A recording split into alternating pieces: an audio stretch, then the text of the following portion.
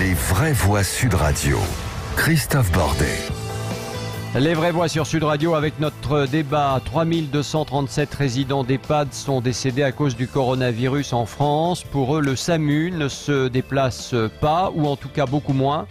Toujours les EHPAD évidemment qui manquent de personnel et de matériel, ça aussi c'est un vrai problème. Et la France, c'est cette question qu'on se pose, la France est-elle en train de sacrifier nos grands-parents ? 0826 300 300, vous êtes les bienvenus pour en parler. Et puis Alexandre de Moussac, les réseaux sociaux, ça donne quoi ? Pour l'instant, une écrasante majorité, 94% de nos auditeurs répondent oui. Parmi eux, un commentaire: à l'avenir, avec cette crise, les Français vont devoir s'organiser avant de réfléchir à faire entrer leurs parents ou les grands-parents dans leurs EHPAD, qui pour cette auditrice ne sont pas capables d'éviter la mort à nos personnes âgées. Sud Radio, les vraies voix. Le débat est ouvert. Patrick Écollant est avec nous, bonsoir. Merci beaucoup d'être dans les vraies voix sur Sud Radio. Vous êtes médecin urgentiste et directeur du SMUR de la Pitié-Salpêtrière à Paris. Thierry Amouroux est porte-parole du syndicat national des professionnels infirmiers. Il est également avec nous. Bonsoir Thierry Amouroux. Bonsoir. Merci également évidemment d'être avec nous. Avant de vous donner la parole, je vous propose d'écouter Emmanuel Grégoire. Emmanuel Grégoire, c'est qui ? C'est le premier adjoint d'Anne Hidalgo à la mairie de Paris, au sujet de la prise en charge justement de nos aînés pendant cette période de coronavirus. Il était interrogé il y a quelques jours par nos confrères de BFM, on écoute. Il est arrivé que nous soyons confrontés à des appels qui ne puissent pas être pris en charge et donc qui ont conduit à la mort en établissement d'un certain nombre de résidents atteints de Covid-19. L'impossibilité d'avoir revu leur famille, l'impossibilité parfois d'avoir des soins dignes d'une fin de vie. Voilà, ce sont des drames comme tant de services hospitaliers en connaissent, tant d'établissements en connaissent. Je le dis avec un peu d'émotion, mais voilà, on fait ce qu'on peut. Voilà, le premier adjoint de Paris en larmes, impuissant, tétanisé face à cette situation dramatique. Selon les chiffres que j'ai pu regarder aujourd'hui, on n'a pas eu de chiffres hier sur le nombre de personnes qui sont décédées dans les EHPAD, puisqu'il y avait un problème technique lorsque Jérôme Salomon a pris la parole, comme tous les soirs. Mais j'ai vu qu'il y avait 172 personnes âgées atteintes du coronavirus qui sont mortes dans les EHPAD de la capitale. Patrick Écollant, je le disais, médecin urgentiste et directeur du SMUR à la Pitié-Salpêtrière. Est-ce que, question simple, et j'attends une réponse très simple, est-ce que le SAMU prend en charge les personnes âgées victimes de coronavirus dans les EHPAD, lorsque les EHPAD appellent ? Alors bonsoir. Oui, effectivement, il y a un gros souci depuis le début de l'épidémie. On est bien d'accord, il y a beaucoup plus de décès chez nos personnes âgées, que ce soit au domicile ou en EHPAD. C'est vrai, mais elle est due au virus qui attaque surtout la fonction respiratoire, qui est vraiment beaucoup plus fragile chez nos personnes âgées, a fortiori si c'est des personnes qui ont des comorbidités, donc il y en a en EHPAD, et non, cette mortalité, cette augmentation de mortalité n'est pas due à une non prise en charge, que ce soit du SAMU ou du système médical. C'est tout simplement, alors c'est vrai que on a entendu l'adjoint de Madame Hidalgo. C'est vrai qu'en début d'épidémie, le SAMU a eu énormément d'appels, que ce soit pour le virus ou pas. On est passé de 2500 à 6000 puis 12 000 appels. Alors il a fallu qu'on s'organise, il a fallu qu'on recrute beaucoup plus. Il a fallu faire des choix surtout. Non, mais de réponse. Parce qu'on a eu effectivement, alors qu'on a d'habitude moins de 2 minutes d'appel au standard, on a eu à une époque beaucoup plus. Et donc c'est vrai que des gens qui avaient des problèmes respiratoires en EHPAD ou au domicile n'ont pas eu à ce moment-là aussi rapidement l'arrivée du SAMU. Mais je vais revenir sur ce que doit faire le SAMU. Le SAMU, quand il a un appel venant d'une EHPAD ou du domicile d'une personne âgée, il va évaluer. Alors est en train de se mettre en place justement des astreintes régionales gériatriques pour que le SAMU puisse évaluer la gravité du problème respiratoire. Est-ce qu'il faut lui donner un petit peu d'oxygène? Est-ce qu'il faut faire plus? Et avec cette astreinte téléphonique gériatrique territoriale, savoir si c'est pas mieux de garder la personne au domicile ou en EHPAD et de la traiter, puisque les urgences, vous comprenez bien que depuis des semaines et des mois, les urgences sont complètement réorganisées. On a beaucoup plus de virus. Donc, on se demande si, à une époque sans l'épidémie, on emmenait tout le monde à l'hôpital et puis on faisait le trait à l'hôpital. Là, il est plus judicieux, peut-être, pour les gens qui ne sont pas en respiratoire complète, de les laisser. Vous reconnaissez quand même deux choses. C'est qu'effectivement, au début de l'épidémie, il y a 3-4 semaines, eh bien oui, il y a des appels qui n'ont pas abouti au point que les personnes âgées sont restées dans leur EHPAD et si elles étaient malades, elles mouraient dans leur EHPAD et puis voilà, point barre. Non mais c'est ce que vous avez dit, vous l'avez reconnu. Pas que les personnes âgées. Non mais d'accord, là on parle des EHPAD. Là on parle des EHPAD et des personnes âgées dans les EHPAD. C'est le sujet aujourd'hui. Donc moi j'entends ça premièrement et j'entends également, Patrick Écollant, pardon, j'entends également qu'on est en train de mettre en place une astreinte gériatrique au niveau du 15 pour les téléphones, pour que les personnes âgées soient prises en charge peut-être un petit peu mieux. Donc ça veut dire quand même aussi que, je dis pas que c'est de votre faute, mais que là aussi on n'était pas préparé, on n'était pas organisé. La preuve c'est qu'on est en train de mettre en place un nouveau système. On n'était pas organisé effectivement pour. Alors l'évaluation, elle est faite par le médecin du SAMU. Elle est assez facile. S'il a un doute, il va envoyer un effecteur, et on a souvent envoyé un effecteur, c'est-à-dire des associatifs, pour aller prendre la tension, prendre la saturation. Ce fameux appareil qui va vous dire s'il y a suffisamment d'oxygène dans le sang. Et ça, on envoie ces effecteurs dans les EHPAD ou au domicile chez les personnes âgées. L'évaluation elle est faite donc par le médecin du SAMU, mais ensuite. C'est l'intérêt. Est-ce que c'est quelqu'un qui va avoir besoin ou ça va être utile de faire une réanimation? Mais c'est pas à tous les coups possible. Parce que on sait très bien qu'une réanimation lourde, sur un adulte sain, c'est déjà difficile. Les gens ont du mal à sortir d'une réanimation, et donc chez les personnes âgées avec des comorbidités, c'est quasiment c'est 100% de mortalité. Donc c'est pas nécessaire, pas bénéfique. Et c'est pour ça. Donc c'est pas la peine, c'est pas la peine de secourir. C'est ça que vous dites. C'est pas la peine de secourir parce que de toute façon la personne mourra. Mais hors épidémie, c'est ce qui se passe aussi.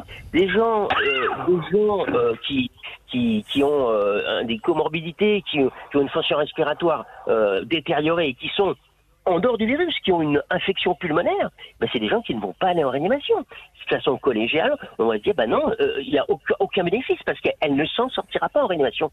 Donc, que ce soit virus, épidémie ou pas, on fait pas de différence. Et non, on sacrifie pas nos vieux en ce moment. C'est faux de dire ça. Je pense qu'on leur donne toute la possibilité d'essayer d'avoir de l'oxygène en EHPAD à domicile, voire on les emmène à l'hôpital en service de médecine, mais certains n'iront pas en réanimation parce que il n'y a aucun bénéfice à aller en réanimation. Je ne sais pas si j'ai été clair. C'est vrai. Vous avez été très clair. Non, mais c'est vrai que vous avez été très clair. Et à la fois inquiétant et rassurant, j'ai envie de dire. Parce que quand moi, je me mets à la place des gens qui ont de la famille en EHPAD et qui vous entendent, oui, forcément qu'on peut être inquiet. D'abord par rapport à cette histoire de coronavirus qui traîne dans les EHPAD et qui va encore faire beaucoup de morts, ça c'est évident. Mais aussi parce que, la réalité, c'est qu'il y a un moment où ça sert à rien de prendre en charge de cette manière-là, en tout cas. Voilà, d'appeler le SAMU. Ouais, je vais vous donner des informations. J'ai la liste des lits aujourd'hui, on est le 9 avril, à 11h30, elle a été donnée, la liste des lits disponibles en Île-de-France. Eh bien, on a un total de 3818 lits disponibles. Donc, on n'est pas, comme certains le disent, à choisir de donner un lit plutôt à un jeune et plutôt à un vieux. On a suffisamment de place. Donc, vous voyez, c'est pas une histoire de, non, c'est il n'y a aucun bénéfice quand une personne a une fonction respiratoire déjà délicate, elle est attaquée par un virus. Je vous rappelle que le virus, au-dessus de 80 ans, il donne 8% de décès. Alors qu'entre 20 et 30 ans, c'est de moins de 0,03% de décès. Donc c'est vraiment le virus pour ces personnes âgées. Mais non, je ne pense pas qu'on puisse dire qu'on les sacrifie. Non. Allez, on va poursuivre le débat et votre éclairage est extrêmement intéressant, je trouve. Merci beaucoup. Et on va rejoindre également Thierry Amouroux qui est avec nous au téléphone, porte-parole du syndicat national des professionnels infirmiers et des infirmiers qui ont un boulot de dingue dans les EHPAD en ce moment, bien évidemment. Allez, tout de suite notre débat dans les vraies voix. Les vraies voix sur Sud Radio. 3237 résidents d'EHPAD sont décédés à cause du coronavirus en France depuis quelques semaines. Les EHPAD qui manquent de personnel, qui manquent de matériel. La France est-elle en train de sacrifier nos grands-parents? C'est la question. 0826 300 300 et les réseaux sociaux. Alexandre de Moussac. Toujours une écrasante majorité de oui, 93% de oui. Et puis des mots très durs, on a Michel qui parle même de génocide des plus de 80 ans. En tout cas, vous avez 16 minutes encore pour voter. Après, le vote sera clos. Ouais, même si c'est éclairant notre débat, c'est évidemment on est toujours choqué d'entendre qu'il y a des gens qu'on ne pourra pas sauver. Voilà, c'est comme ça. C'est triste, mais c'est comme ça. Allez, on se retrouve dans un instant dans Les Vraies Voix sur Sud Radio. Philippe Bilger et Philippe David vont réagir à tout ça, bien évidemment. À tout de suite.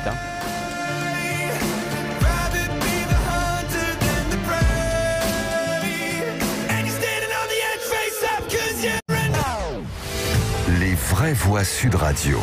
Christophe Bordet. Je suis invité à un barbecue vegan. Au départ, je suis pas au courant que c'est vegan. Je commence à avoir des doutes au moment où on me dit Fabrice, tes courgettes bien cuites ou saignantes? Il n'y a pas de viande à votre barbecue. Mais si, tu veux, j'ai un délicieux saucisson de fenouil. Plus rien à perdre de Fabrice Eboué en exclusivité sur Prime Video. Qu'est-ce que j'étais nul, moi, au passé simple. Nous mangeâmes, nous regardâmes. Quand j'étais petit, je croyais que Jean-Claude Van Damme, c'était un verre du premier groupe. Le One Man Show de Fabrice Eboué, à voir dès maintenant sur Prime Video. Bouygues Télécom, on est fait pour être ensemble. Parce qu'on a aujourd'hui plus que jamais besoin de rester connectés et échanger ensemble, nous continuons à vous offrir un réseau de grande qualité. Et pour rester en contact avec ceux que vous aimez, nous vous proposons en ce moment un forfait BNU 100 Go pour seulement 15,99 € par mois, sans engagement. Pour en profiter, pas besoin de vous déplacer. Rendez-vous sur bouyguestelecom.fr, nous vous livrons chez vous. Offre soumise à condition pour toute nouvelle souscription et seulement sur bouyguestelecom.fr. Les Vraies Voix Sud Radio. Christophe Bordet. Les Vraies Voix sur Sud Radio avec Philippe Bilger, Philippe David, Alexandre de Moussac. Notre débat, 3237 résidents d'EHPAD sont décédés à cause du coronavirus. La France est-elle en train de sacrifier nos grands-parents? 0826 300 300 et les réseaux sociaux. Alexandre de Moussac. Toujours 93% de oui, et nos auditeurs qui, dans leur majorité, disent que ce n'est pas la France qui sacrifie les parents, mais plutôt le gouvernement. Ah, bah oui, ça évidemment. J'attendais ce commentaire-là, je me doutais bien qu'il allait arriver à un moment ou à un autre. Patrick Écolan, médecin urgentiste et directeur du SMUR de la Pitié-Salpêtrière est avec nous, et puis Thierry Amouroux, porte-parole du syndicat national des professionnels infirmiers. Philippe Bilger, vous vouliez réagir à ce que l'on a entendu tout à l'heure, c'est-à-dire que effectivement, à partir d'un certain moment, on peut toujours porter secours, ça ne servira à rien, malheureusement, la personne mourra. J'ai trouvé lumineuses et à la fois dramatiques les réponses de Patrick Écolan, et j'aurais aimé lui demander, Christophe, au fond, à partir du tableau qu'il a décrit, quelle est la responsabilité tout de même de la détérioration matérielle et humaine de l'univers largement médical avant le corona, et quelle est la responsabilité spécifique du corona dans les morts des EHPAD? Écoutez, on ne connaît pas encore tout sur ce virus, mais on s'aperçoit qu'effectivement, il donne des gros problèmes respiratoires et que chez des personnes qui sont vraiment insuffisantes respiratoires, il va tuer. Mais pas que. Sur le sang, il coagule beaucoup plus le sang. Il y a plein de petits effets qui fait que quand on est une personne âgée avec des comorbidités, on est vraiment très fragile. Bien sûr. C'est vraiment le virus. Je pense que c'est vraiment le virus qui va tuer ces personnes-là et pas un manque de quelque chose. Pour l'instant, on n'a pas été en saturation de lit. Si nos vieux, on les a pas amenés aux urgences, mais c'était aussi pour les protéger. Moi, au SAMU, quand on m'appelle, qu'il y a une personne, on me dit, je vous passe mon papa, il respire pas bien, je parle au téléphone, je vois qu'ils se sont gênés. Mais il parle parfaitement bien, il fait des phrases complètes. Je lui dis, écoutez monsieur, vous avez un petit peu de température, prenez du Doliprane, restez chez vous. C'est pour le protéger que je fais ça. Je sais très bien que s'il va aux urgences, il peut être contaminé, il va y avoir peut-être une attente.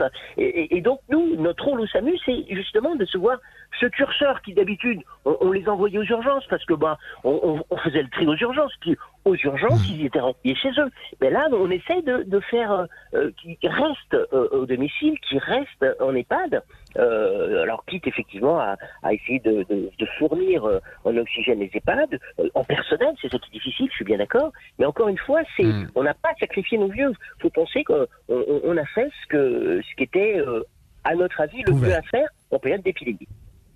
Ouais, je vais donner la parole à Philippe David dans quelques instants, mais avant Thierry Amouroux, qui est porte-parole du syndicat national des professionnels infirmiers, qui est avec nous, et encore une fois merci. Thierry Amouroux, vous venez d'entendre à l'instant Patrick Écollant. Vous pensez quoi de tout ça, et notamment de la prise en charge? Vous êtes d'accord avec lui? Nous, ce que l'on dénonce surtout, c'est un scandale d'État, c'est-à-dire que le gouvernement sacrifie carrément nos anciens par la gestion du manque.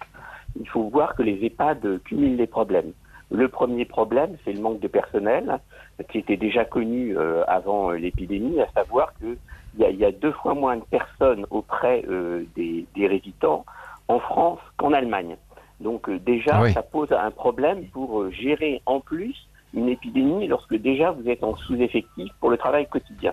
Le deuxième problème, c'est au niveau de la gestion des masques. Clairement, les EHPAD ont été sacrifiés, c'est-à-dire que jusqu'au 20 mars, les EHPAD n'ont reçu aucun masque. Et à partir du 20 mars, les EHPAD avaient droit à 5 masques par lit par semaine. Donc, vous comprenez bien que comme une semaine ne fait pas 5 jours, mais 7, et qu'il y a 3 équipes, matin, après-midi, nuit, en fait, il n'y a que 30% des agents qui travaillent en EHPAD qui peuvent utiliser 2 masques. 50% peuvent utiliser un seul masque dans la journée et les autres n'ont aucun masque pour travailler. Se rajoute à ça le manque de surblouses, parce qu'il n'y a pas non plus de dotation d'État en surblouses. Le troisième problème, c'est au niveau des tests. Il faut tester, à notre sens, et c'est ce que l'on demande depuis des semaines, de tester l'ensemble des résidents et de tester l'ensemble du personnel. Pourquoi? Pour séparer en 2 groupes. D'un côté, ceux qui sont positifs au Covid, de l'autre, ceux qui ne le sont pas, avec des soignants spécifiques. Parce que vous comprenez bien que lorsqu'il y a un manque de personnel qui est sous-équipé en masque et en surblouse, eh bien, ce sont les soignants qui deviennent agents de contamination. Donc, si on sépare les Alors, justement, non mais c'est intéressant ce que vous dites là par rapport aux soignants qui deviennent agents de contamination. Pour aller un petit peu plus loin, au-delà du constat que vous faites et qui est une réalité, pourquoi il y a autant finalement de malades dans les EHPAD aujourd'hui? La faute à qui? Parce que s'il y avait eu moins d'entrées et de sorties aussi dans les EHPAD avec des soignants, enfin je ne veux pas accuser les soignants, mais les soignants ils sortent, ils vont dans leur famille, ils sont en congé pendant 2 jours, ils reviennent, etc. Peut-être qu'il aurait fallu faire comme certains EHPAD ont fait, certaines maisons de retraite, prendre la décision de manière plus globale de confiner tout le monde dans l'EHPAD pour éviter qu'il y ait ce genre de difficultés et de bien sûr, nombre de morts. Également rentrer dans un couvent si vous voulez. Il faut bien comprendre. Oui, d'accord. Non, mais il y en a qui l'ont fait et ça a marché, je veux dire. Eh ben, c'est très bien, mais c'est du volontariat, c'est pas du sacerdoce. Il faut bien comprendre que ces gens, oui, les soignants, ils ont aussi une famille et que ça va pas durer 1 semaine, 15 jours, cette histoire, mais on en prend pour encore pas mal de semaines. Donc, non, on n'est pas du tout favorable à ça. Par contre, notre solution est claire et on est content de voir que certains maires ont appliqué ça. Il y a une quinzaine de maires en France qui, depuis lundi, ont commencé à appliquer le fait de tester l'ensemble des résidents et l'ensemble du personnel, alors que la consigne du ministère est très claire. Vous, lorsqu'il y a des cas de Covid, vous testez 1 personne, 2 personnes, 3 personnes, et puis vous arrêtez les tests. Que l'EHPAD fasse 100 résidents ou 200 résidents, on arrête à 3. C'est la consigne officielle du ministère, et cette consigne est criminelle, parce que du coup, il y a une surcontamination de personnes âgées qui n'étaient pas encore contaminées. Alors que si on sépare en 2 groupes, on permet d'éviter ça. Et le médecin rappelait le taux de mortalité chez les plus de 80 ans, c'est 10 fois plus que la moyenne de la population. Donc c'est d'autant plus important de protéger nos anciens. Or, le gouvernement a fait des choix inverses. Alors, merci aux maires. C'est quand même dingue. Oui. C'est quand même dingue. Non, mais c'est vrai, c'est dingue. Quand on entend ça, on se dit c'est quand même bizarre. Pourquoi de telles décisions? J'avoue, je comprends pas. Je voulais vous lire un petit SMS que j'ai reçu aujourd'hui, qui est le résultat de la conférence call entre médecins urgentistes, virologues et épidémiologistes aujourd'hui à Paris, les chefs de service notamment. Alors, écoutez bien, pénurie 3 points, pousse-seringue électrique, kit de prélèvement Covid, oxygène bouteille, on n'a pas assez d'oxygène bouteille, les masques toujours, les gants toujours, les blouses imperméables toujours, les respirateurs toujours, filtre de respirateur, là aussi il n'y a pas assez de filtres pour les respirateurs maintenant, le curare, donc le médicament qui sert à la réanimation, il n'y en a toujours pas, etc., etc.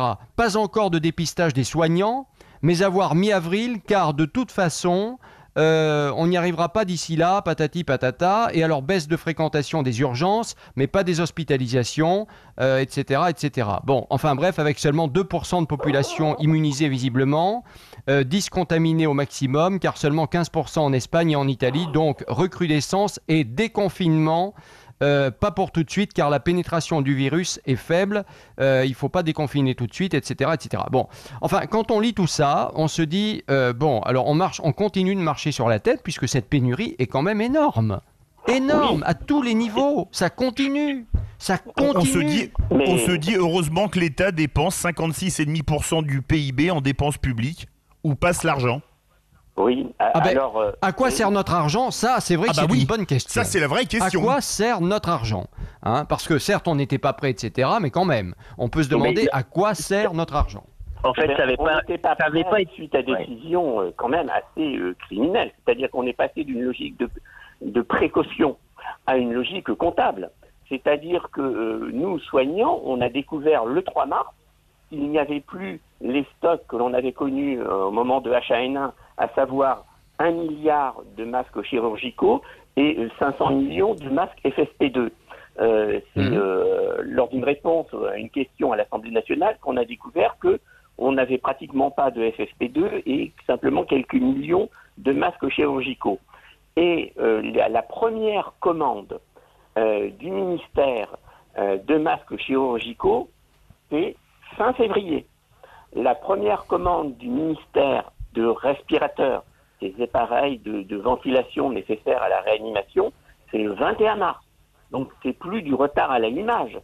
C'est il y a des conséquences par rapport à des non-décisions et tout ça se traduit par des morts qui auraient pu être évitées si on avait eu le matériel à temps. Et donc c'est très grave. Il faut voir que... Thierry Amouroux, oui. J'ai encore une question à vous poser quand même. Est-ce qu'il va falloir changer des manières de faire et de gérer les EHPAD? Parce que là, on voit quand même que des directions qui prennent quand même des milliers d'euros par mois à chaque résident, sont pas forcément capables de faire face à la situation, ne savent pas gérer, ne gèrent pas correctement. On a quand même eu, je crois que c'est dans l'Est de la France, une direction qui a été carrément débarquée. Est-ce qu'il va falloir changer un certain nombre de choses aussi à ce niveau-là? Oui, bien sûr, mais il faut surtout changer toute la gouvernance, la technostructure, c'est-à-dire tous ces fonctionnaires chargés de mission de je ne sais quoi au ministère de la Santé, tous ces fonctionnaires chargés de mission de je ne sais quoi dans les agences régionales de la santé, ça ne sert à rien, sinon à nous empoisonner la vie. Les 75 laboratoires qui se proposaient de fabriquer 300 000 tests par semaine, on leur a refusé pendant 3 semaines de pouvoir produire ces tests parce qu'ils n'avaient pas le bon tampon au bon endroit. Vous avez un transport sanitaire de 8 patients de réanimation entre Reims et Tours qui a déplu à la cellule centrale du ministère et donc ils ont dû faire demi-tour. Oui, en bus, oui, j'avais vu ça, oui. Mais oui, non mais alors là, vous mettez le doigt sur autre chose encore et c'est très intéressant et on va entendre, tiens, il y a Jean-Luc Deslandes qui nous appelle et qui veut intervenir, on va l'entendre dans quelques instants. Mais tout ça prouve aussi quand même une chose, quand je dis que c'est la désorganisation à tous les niveaux et l'impréparation, première responsabilité dans ce que j'ai dit tout à l'heure, c'est-à-dire le manque de masques qui continue, de respirateurs, etc., c'est quand même... Par exemple, là, pour l'Île-de-France, c'est quand même l'ARS. Hein, donc là, effectivement, des fonctionnaires qui n'ont pas prévu quoi que ce soit. Et aujourd'hui, on se retrouve dans cette situation. Mais pire que ça, l'ARS, moi, je peux vous dire qu'ils sont en train de faire quelque chose d'absolument scandaleux. C'est qu'il y a des centres Covid-19 qui sont en train d'ouvrir un peu partout en France, dans les communes, pour accueillir uniquement les patients qui auraient des symptômes Covid-19, alors qu'ils ouvrent évidemment dans des lieux, des bâtiments qui sont organisés comme ça, rapidement au dernier moment. Eh bien, les ARS sont en train de faire tout un chambard en disant « Ah oui, mais vous respectez pas ceci. Ah oui, mais est-ce que l'électricité est aux normes? Ah oui, mais il s'agit de sauver des gens. Il s'agit de sauver des Français. Donc il faut arrêter. Il faut que les ARS arrêtent leurs conneries au bout d'un moment. Il faudrait peut-être les supprimer. Non, mais c'est scandaleux. Mais il faut peut-être les supprimer, ça coûte très cher, ça sert à rien. Non, mais elles ont été créées en 2010, je crois. Elles prouvent avec cette crise, à mon avis, que au mieux, elles ne servent à rien, au pire, elles sont nocives. Allez, antenne ouverte, 0826 300 300, vous avez la parole. Sud Radio, les vraies voix. Prenez la parole. Et c'est Jean-Luc Deslandes qui nous rejoint. Bonsoir Jean-Luc. Bonsoir messieurs. Bon, Jean-Luc, est-ce que la France, selon vous, est en train de sacrifier nos grands-parents? Alors, évidemment, moi je pense que oui, évidemment, mais j'ai quelques arguments pour étayer cette thèse. Et d'abord, je voudrais juste souligner un truc, c'est que les quelques soignants qui ont parlé, là, qui ont dit qu'ils ne sacrifient pas leurs vieux, bien entendu que nos soignants ne font pas ça. Pour avoir fréquenté les hôpitaux plus que de raison depuis 2011, j'ai fait 3 AVC, un cancer et 2 infarctus. Je peux vous dire que je n'ai trouvé que des gens extrêmement gentils, doux, attentionnés, compétents. Vraiment, moi, j'adore le personnel des hôpitaux, quoi. Donc eux, évidemment, vous avez jamais raison. Ils vont faire du mal. Voilà. Jamais ils vont faire du mal. Vous avez raison de leur rendre hommage, parce que j'ai vécu des choses un peu aussi, moi, de mon côté, et j'ai pu constater à chaque fois le dévouement et l'humanité, malgré les difficultés. Parce que les difficultés d'emploi et pas assez de personnel, etc., ça fait quand même des décennies que ça dure. Donc effectivement, voilà. Et vous avez raison et je vous dis bravo. Voilà. Avec ceux qui sont payés, ça ne peut pas être pour la paix du gain ou pour la vie d'un boulot. C'est juste une vocation. Ces gens aiment ce qu'ils font. Mais je vous assure, je suis le témoin. Ils m'ont sauvé la vie 3 fois, voilà, tout simplement, quoi. C'est presque rien, quoi. Voilà. 3 fois, voilà. Et on ressent votre émotion et vraiment, vous avez raison. Je suis très ému quand je parle d'eux. Alors, par contre, voilà, pourquoi je dis que c'est que je rejoins le monsieur. Excusez-moi, avec les AVC, j'ai perdu pas mal de mémoire des noms, etc. Donc, il y a Thierry Amourou qui est avec nous et Patrick Icolan. Il y a monsieur qui a parlé de scandale d'État et par la gestion du manque. Moi, je trouve que c'est encore bien avant ça. Bien avant. Je vais vous expliquer. Nous sommes tous dans un bateau dans lequel nous a mis notre gouvernement. Ce bateau est en train de couler. Il y en a qui ont des bouées, c'est les jeunes et les bien portants, etc. Et il y en a qui ne savent pas nager, c'est les vieux et les polypathologiques comme moi. Et nous, on se noie. Et puis on respire de l'eau. Et puis au bout d'un moment, on nous sort de l'eau. Nos pauvres soignants nous sortent de l'eau, nous font la respiration artificielle, mais on crève. C'est trop tard. Donc la question qu'il faut se poser, c'est qu'est-ce qu'on foutait dans ce bateau? Et moi, j'accuse. Alors je ne crains pas les poursuites ni rien. J'accuse directement et en premier lieu, c'était la première personne, c'est Agnès Buzyn. Voilà. Agnès Buzyn, qui nous déclare le virus, il viendra jamais. Vous connaissez tout ça, hein. Il viendra jamais, etc. Les masques, ça sert à rien. Les caméras thermiques dans les aéroports, ça sert à rien. Parce que comme on peut pas sauver, on peut pas les arrêter tous, on n'en arrêtera aucun, etc. Voilà. Alors, et il y a au moins trois actes très forts du gouvernement qui ont précipité l'exode dans ce bateau dans lequel nous sommes. Le premier, c'est de dire que ne vous inquiétez pas, c'est une grippette, elle n'arrivera jamais ici, pas de masque, ça sert à rien, etc. Le deuxième, c'est en pleine crise chinoise. Hein. Le deuxième, c'est en pleine crise italienne. Un match de football avec la pression de Aulas, là, qui a dû mettre une pression terrible. C'est de jouer le match avec 3000 Italiens qui sont venus voir le match. Hein, en pleine crise italienne. Ouais. Et la troisième, et c'est la plus grave. Et rappelez-vous, Monsieur Macron vient au micro, à la télé, il prononce pas une seule fois le mot confinement. Et il nous dit 5 ou 6 fois, le nombre m'échappe, nous sommes en guerre. Nous sommes en guerre. 6 fois. Vous avez raison. 6 fois. Ça provoque l'exode de 1940.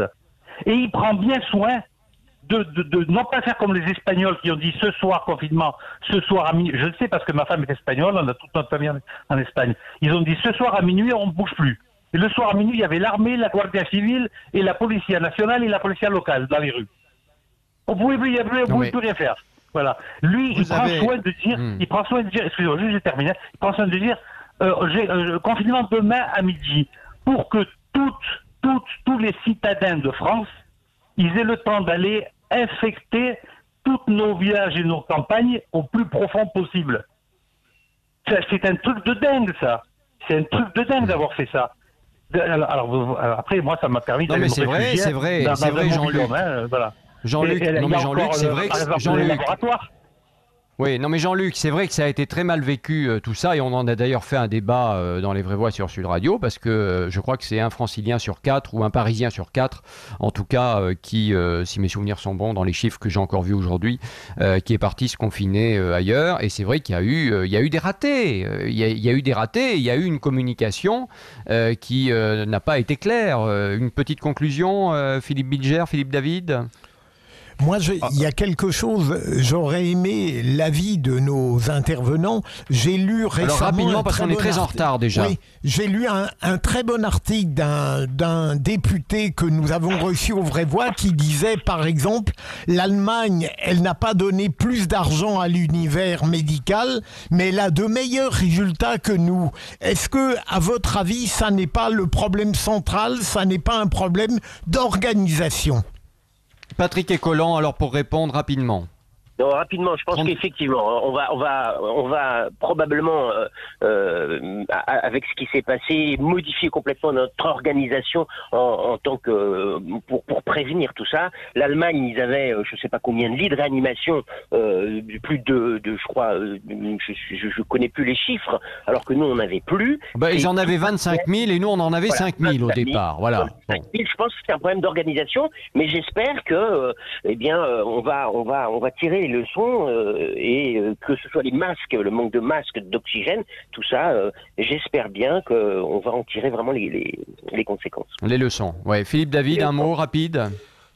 Il faudra tirer toutes les leçons et je voudrais qu'on réponde à ma question. Est-ce que les ARS servent à quelque chose ou est-ce qu'au pire elles sont carrément toxiques dans cette affaire ? Allez, on va demander à Thierry Amourou et on termine. Nous, on est pour la suppression des ARS et le problème des moyens, c'est que on a supprimé 10% du budget des hôpitaux depuis 10 ans. Donc, si on manque de lits aujourd'hui, c'est parce qu'on a fermé 100 000 lits en 20 ans. Si on manque de personnel aujourd'hui, c'est parce que on a supprimé, par exemple, dans les hôpitaux de Paris, 3500 postes en 4 ans. Donc, les coupes budgétaires ont mis l'hôpital à genoux avant l'épidémie. Nous avons déjà eu, en décembre, nous avons été obligés d'envoyer des enfants dans des villes de province à 150-200 km de Paris, faute de lits de réanimation pédiatrique en Île-de-France. Et la même chose à Nice pour Marseille. Merci beaucoup en tout cas Thierry Amourou d'avoir été aussi clair. Merci également à Patrick Écolant qui était avec nous à la fin de notre débat. Les vraies voix. 3237 résidents d'EHPAD sont décédés à cause du coronavirus. La France est-elle en train de sacrifier nos grands-parents, les réseaux sociaux? Alexandre de Moussac. Nos auditeurs ont tranché, ils sont plus de 9 sur 10, 94% à estimer que oui, la France et ou le gouvernement est responsable du nombre de morts dans les EHPAD. Dans quelques secondes dans Les Vraies Voix, le docteur Jérôme Marty répond